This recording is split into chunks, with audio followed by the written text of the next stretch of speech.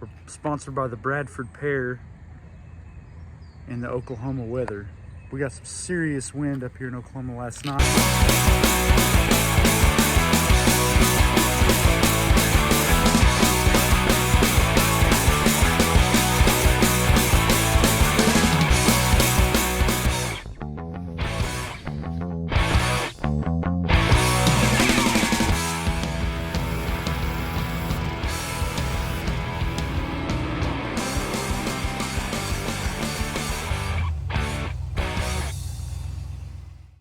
Good morning, guys. Well, this week I wanted to do a video of like some project updates, show you guys all the things on Corey's Garage channel here that I'm working on that, you know, are kind of waiting on parts. I'm kind of in limbo a little bit. I kind of don't care for that too much. I like to stay busy and keep going, but I want to go over some things that I'm working on with you guys and give you kind of some insight of what's going on. So, but first, this video is brought to you by our sponsor, that just chipped in and helped us out last night.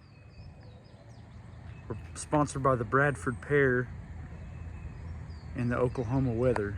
We got some serious wind up here in Oklahoma last night, and it tore up all kinds of stuff. And what's crazy is I've been wanting to tear this old play thing down. My daughter doesn't really use it anymore, so the Bradford Pear came in handy and just took the whole thing out for us last night. So that's project number one, which I will be getting the saw out here in a minute, and we are going to be stacking this in the burn pile over there. But back to our regular programming of automobiles. All right, so the first thing that I've let slip by the wayside, and that's just because I've had it forever, and I just drove to Arizona to the duct tape drags, is this blue 1969 Chevelle. The car's got the LS engine, Tremec 5-speed, 4 to 9 inch. It's been super awesome. It's my favorite thing I've got, really. I mean, it's just my car, you know. But we had some fuel system issues. I ordered a new fuel pump. It needs a new fuel line. One of the fuel lines, the supply line, or is it the return? I can't remember. It's got a hole in it, rubbed on the frame and got a hole. And basically spraying gas on the bottom of it all the way back. So I think that's probably our culprit.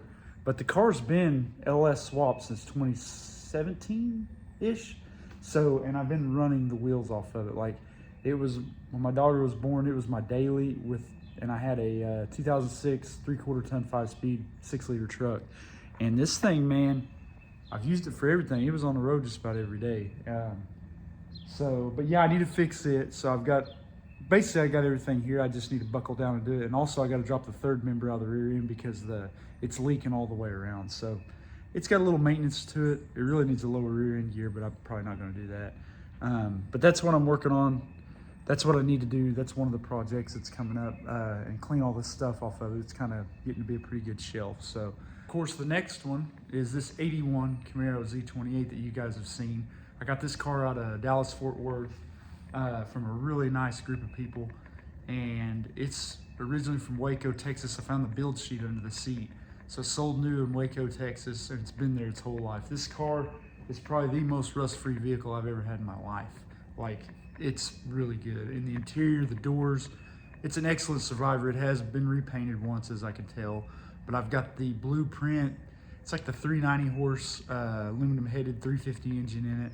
Runs really good. I've got Rick Hazelton's rebuilt turbo 350 with a 2800 converter. The reason I haven't been driving this car too much is the rear leaf springs are shot in this car. Like, on the driver's side especially, it's wanting to bottom out, and I've already smashed one of the mufflers. I'm probably gonna have that fixed. And so I think I've nailed down a place I'm gonna get a set of brand new leaves. I had this idea I was gonna buy an older, you know, a parts car and I'm not gonna do it. This car is worth it's too good to be putting a bunch of used parts, and it needs a limited slip differential. So, and I'm still on the fence if I want to re-gear it, but man, it goes on the highway so good that, like, it's hard for me to want to re-gear it because it's such a good driver. So leaf springs, pause the track, and probably roast those tires plumb off of it, you know. So that's what's going on with my 1981 Camaro Z28. 78 Camaro Z28 I picked up from the junkyard. The car runs, the transmission works. I now have all the parts to redo the full braking system. So our next move is brakes and a test drive. And so far the car shifts good, transmission works, most all the electrical stuff, surprisingly, after this thing's been rained down, you know, in the dash and everything. I've got one of my extra floorboards I needed from a previous second gen project, but I want to tack in some floors and get this thing where it runs and drives. I've got a 10-gallon fuel cell I'm just going to stick in the trunk for right now. Take the one out from under the hood.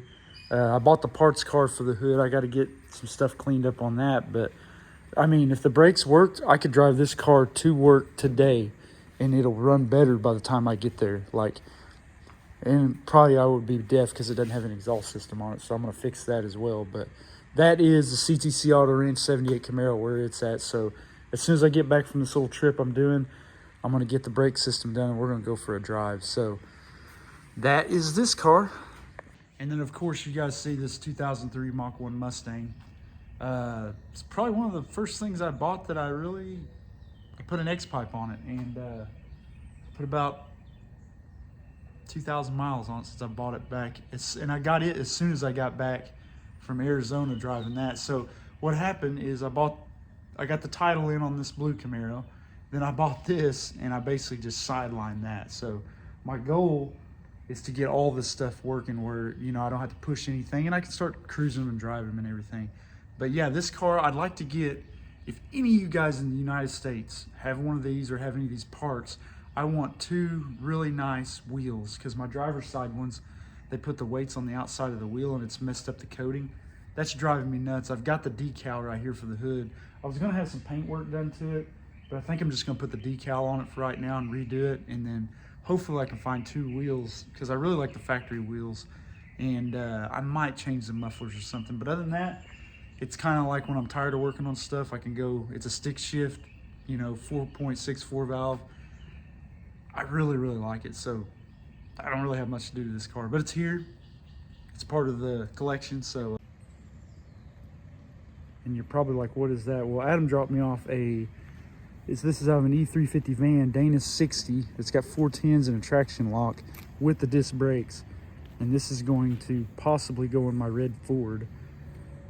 And I'm still on the search for a 78, 79 Dana 60 for the front of it. But anyways, getting sidetracked. You guys really haven't seen much of this, but you've probably seen it in the background. This is a 95 Chevy Z71 that belongs to a guy I know. Basically needs a transmission rebuilt in it. I've got Rick working on that. The truck actually needs a lot of little, so it's one of those deals where it just needed a transmission, and then kind of everything I touched was either brittle or broken or, you know, all that kind of stuff. But I've got to put new exhaust manifolds on it. One of the heater hose outlet, it's got that press fit deal on it. It had broken off. I always take those and take them out and just put the regular fitting in that the hose will go on. So I've got to do that. Probably change a few hoses or something, you know, as it goes. But yeah, right now I've had it for a little while, but you know, us guys doing this stuff on the side, it's got full-time jobs and all that, you know, you only got so much time to do something. And Rick, you know, he's out of town during the week and he works on this stuff on the weekends, and it's racing season. This dude had 25 transmissions lined up before I brought this one, and he's behind like we usually always are. So essentially I'm just waiting on that, you know, but the owners are being patient, you know what I mean? And I can only do what I can do when I don't have a transmission. But I'm actually gonna go over this truck and tell you guys why I think out of the OBS Chevys, this is the one to have. But yeah, we'll have more on that when I get the transmission back and we get cracking on putting that back together. So that's another project I'm working on. All right, so the next project that I've had that's still kind of sitting in limbo is this 1976 K5 Blazer. You guys have seen before, I bought this out of Owasso. It's an originally somewhere in the middle part of Texas where it's from as well. If you watch the earlier videos, go back, check those out. You'll see this thing, different engine, all the brake systems. This thing had some weird electrical issues, but let's look it over. But yeah, so me and Matt made a deal that now belongs to him, and this is where it's sitting now. It's gotten sidelined because we put a chrome dipstick tube in the turbo 350, and it basically, if you let it sit, it just leaked everything out. And then now one of the tires is blown out on it. And but we'll have a look at this engine here. So if you guys are new to this is a 4-bolt main 350 engine. It came out of a 79 Camaro that I had, but it originally came out of a 4-door 1-ton Chevrolet truck, and it had been rebuilt. And so I basically cleaned it all up. I've got a few things left to do to it, like I gotta clean up the fuel line, put the fender well in it, hook the heater core up and everything. I think we gotta put some shocks on the front too, and replace that chrome dipstick. I've also got the rally wheels for it cleaned up and painted. We need to get some tires put on those. But yeah, so far he's driven it a little bit, but really hasn't done anything with it. Like I said, it's hard to drive one when it's belching out transmission fluid everywhere. But yeah, it's just been sitting here. So we'll check out the back of it. But yeah, that's the 76 K5. That's where it's at today. And maybe one of these days we'll get this back up and going. Then my other project, and this is a vehicle I've had the most out of anything that I've had. Used to be my grandpa's truck. It was original 2-wheel drive. We'll have a full build breakdown, but he is in the process of building and finishing this bed and everything. And he's got to finish the filler neck. We got to mount the K5 Blazer tank, a 33-gallon tank. And then it's time to fix a few fuel system things and drive this thing back to the house. I know I got to paint the bed, but we're running out of time for everything that's going on. So, but yeah, it looks pretty rad. Apologize about the visibility and the light, but yeah, this thing, man, I've used this truck a lot. It was my 4-wheeling rig, and now with the value of these, I feel really dumb for doing what I've done with this truck, but at the same time, it's mine. I don't plan on getting rid of it. And I've had a lot of fun with this truck. And then the interior is really slick. It's got the Sniper EFI on it. Really good, actually a good running, sorted out truck. And the AC still even works on it, so. But yeah, I'm ready to get this thing back on the road. I haven't driven this thing in about, I think it's been over here almost 4 years, which is far too long. And then the other project, which aside from the Chevelle, this is probably my favorite thing that I've owned, is because this thing is freedom, man. Like, I know everybody wants a big fancy camper to go places or whatever, but like, that's too expensive. Like, that's ridiculous, you know, how expensive those kind of things are. And I've messed with quite a few of them. The new ones are having the same problems this one does. It's just they look better. But anyways, I've driven this thing to Florida twice. I've went to Louisiana like 5 times. It's been a, knock on wood, so far it's been a pretty good rig. It doesn't seem like the channel cares about this all that much, but like, man, I've used this thing. Believe it or not, I was working some weird shifts at work, and I would have to work like 3 in the evening to 3 in the morning, and like, I'm not one of these dudes that come, you know, get off work and sleep all day and then go to work. Like, I'm still back up 7:30, 8 o'clock to spend time with my family. So what I would do, I'd drive this to work and I just sleep out in the parking lot, you know, of our power plant. And I did that for 1.5 years on Fridays, Saturdays, and Sundays. And, you know, when you're busting them 12s out and you're still up, basically, when the sun comes up and doing stuff, you're ready to go to that bed. And I'd get off shift, man, and just head straight out there and go to sleep. Wake up, bam, take off. And man, I'll come out here and sleep at this thing in my yard. You know what I mean? Just park it out here and just chill. I love that kind of stuff. I don't like being domesticated, you know. But yeah, this is probably one of my most favorite things. I've recoated the whole roof with that like coating that you're supposed to put on it. I've changed all the lights now except for those front ones, the LEDs. Changed the fluid, service the thing up. It's gonna be going on a pretty good trip this next couple weeks. So that's kind of what I'm doing with it. It really don't need to do much else to it right now, you know. Only thing it really needs is it needs a building or a carport to be under. That's like, if I could tell anybody about travel trailers or campers or anything like that, is try to figure out a way to get it out of the weather, because the weather will destroy the roofs. It just makes them dirty. Like it's taken me a full day to get all the dirt and grime off this thing from just being outside, from the tree crap and, you know, all that. So, you know, if that's something I can tell you, if you're going to get into this, make sure that you can do your best to try to have something to park it under or inside and keep it dry and clean, because it's a lot of upkeep when they sit out in the weather like this one has done. So, you know, but it's been good. I love this thing, so, you know. And then my other project I'm most excited about is my 1983 K5 Blazer.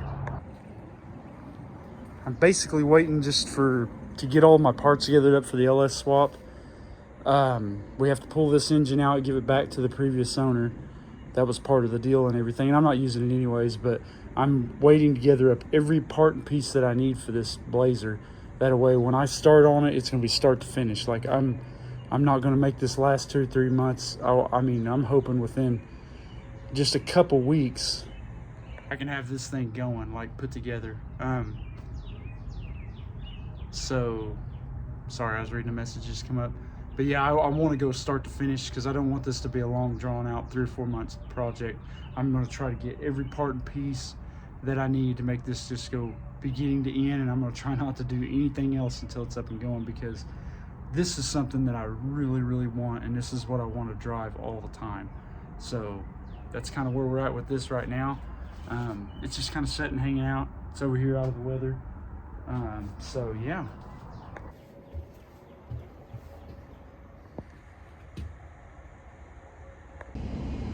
All right, so that's the update as of now on the projects of what I've currently got going on. There's a few more things also I'm kind of in the mix of working on. I won't bring those up yet, but slowly progressing and trying to get things done.